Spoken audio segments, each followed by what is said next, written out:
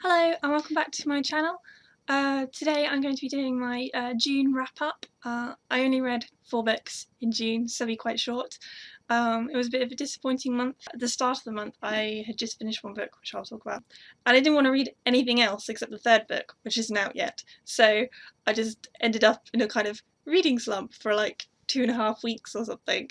So I didn't get much reading done this month. But I do have some books to talk about, so I'll just jump straight in. The book that I really enjoyed at the beginning of the month was the Obelis Gate by Jemisin. I love this book. It's a sequel to the 5th season, which there's a lot of buzz about that on BookTube. I'm planning to do a review for the whole trilogy because I don't think it's possible for me to talk about this book without spoiling it or just making incomprehensible squealy noises about how much I love it. And I was really excited to get this book, and it was just as good as the first. We get some really great additional characters. We get Nassen's point of view, which was really amazing, and I love the way N.K. Jemisin has written this family and how they all view each other so differently and not accurately. They think they know each other, but they really don't, and it's really nice to see Nassen coming into kind of her own independence. Stone Sky is not out until August, mid-August I think, so I just have to be patient. The book that I read after this, because I thought, it'll be really small and quick and easy to read, but instead I got stuck on it for 2.5 weeks, and that's God's Own Country by Raisin. It's really tiny. Look at that. It's like, yeah, literally just over 200 pages. 2.5 weeks. This book, quite frankly, was very boring. It was interesting. I think the writing style is quite interesting. It's about a boy who's been kicked out of school. He lives in North Wales somewhere, and he's the son of a farmer, and he does a lot of the farm work himself. And this girl moves in next door, and it's the kind of weird sort of relationship they have. Raisin did a very good job, I think, of writing an unreliable narrator.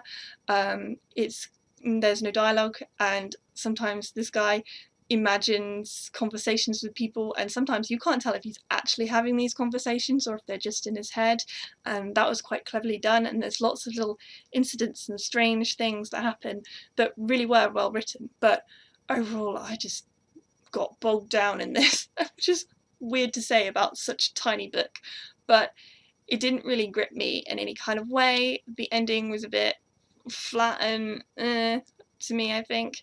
I expected a bit more of it. So yeah, that was that one. 2 stars. Oh well. The third book that I read this month was Letters from the Lighthouse by Carroll, and if I had had this book when I did my last videos, which was I actually filmed them quite a while ago, this book would have won the award for most beautiful cover. Look how pretty it is. Oh, I love it, and it's just so warm and nice, and lighthouses. I am a sucker for lighthouses. I have read some of Emma Carroll's books before. She reminds me a lot of a kind of mix-up between Michael Morpurgo and Eva Ibbotson. She's got this nice old-fashioned sort of writing style and very simple stories, but they've kind of got quite an emotional ping to them. And they're all a bit different, Emma Carroll's books. She writes historical fiction quite a lot. I think the last few books of hers have been historical anyway. But she jumps around in time. She doesn't stick with one thing. So I was quite surprised to see this one, which is set during World War II, which I've said several times now is one of my favourite eras for historical fiction, and especially children's fiction. Actually, I haven't read a children's fiction book set during this time for quite a while. So it's quite pleasant.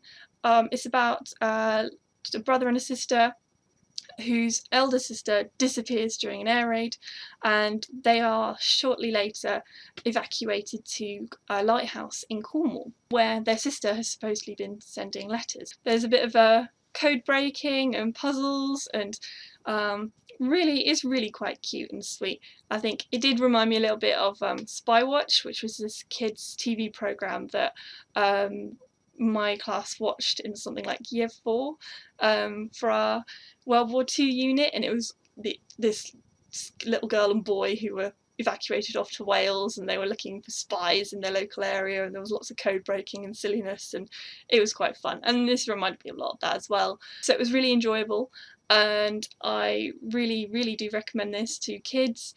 I think the only thing that brought it back from being a 5-star book for me was the ending was a little bit kind of ham-fisted, and it felt a bit off balance. It felt too modern an approach, I think. And the last book that I read in June was The Glorious Heresies by Lisa McInerney,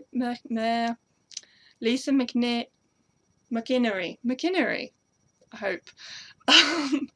uh, and this one I picked up on a kind of whim at the library. I just saw it and thought, why not? I've heard a lot about it. I've seen a lot of great reviews for it all over BookTube by some booktubers that I really admire and trust their opinion on books like this.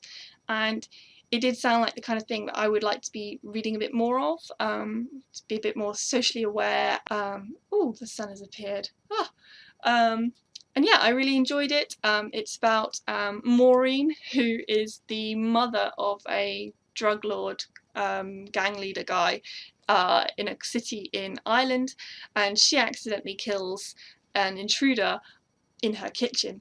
And then it's about his girlfriend who comes looking for him, her 15-year-old drug dealer Ryan, he's the kind of main character in this, and I think the sequel also follows his story rather than anyone else's. I haven't read that yet though.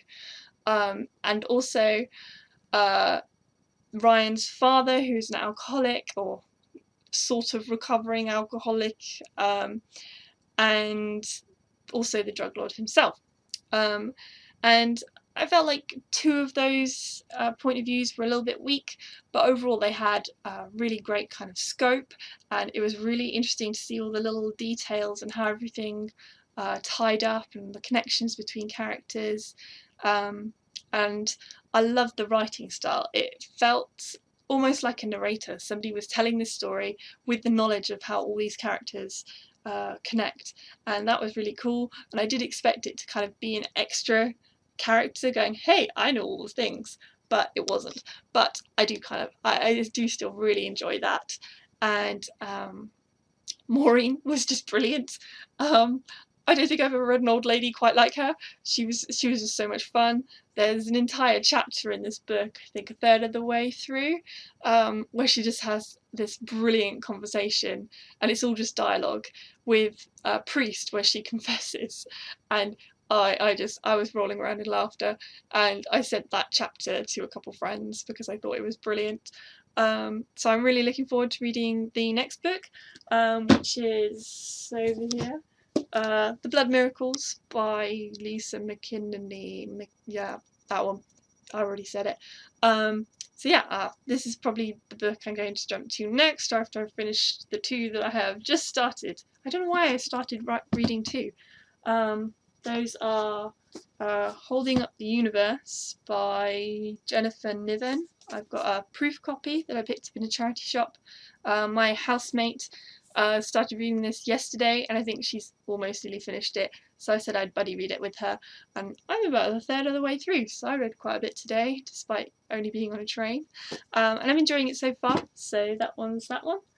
And I'm also started reading 5 Children on the Western Front by Kate Saunders.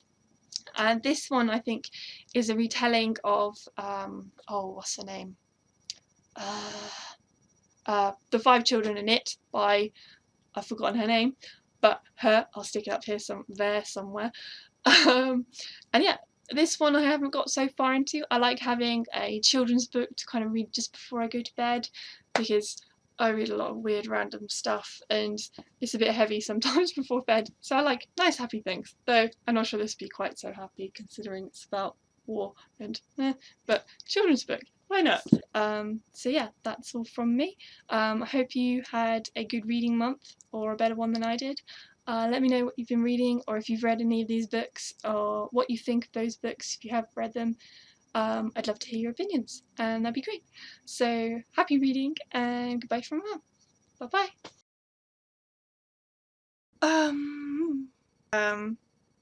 Page. To that was stuck. This quite flat. I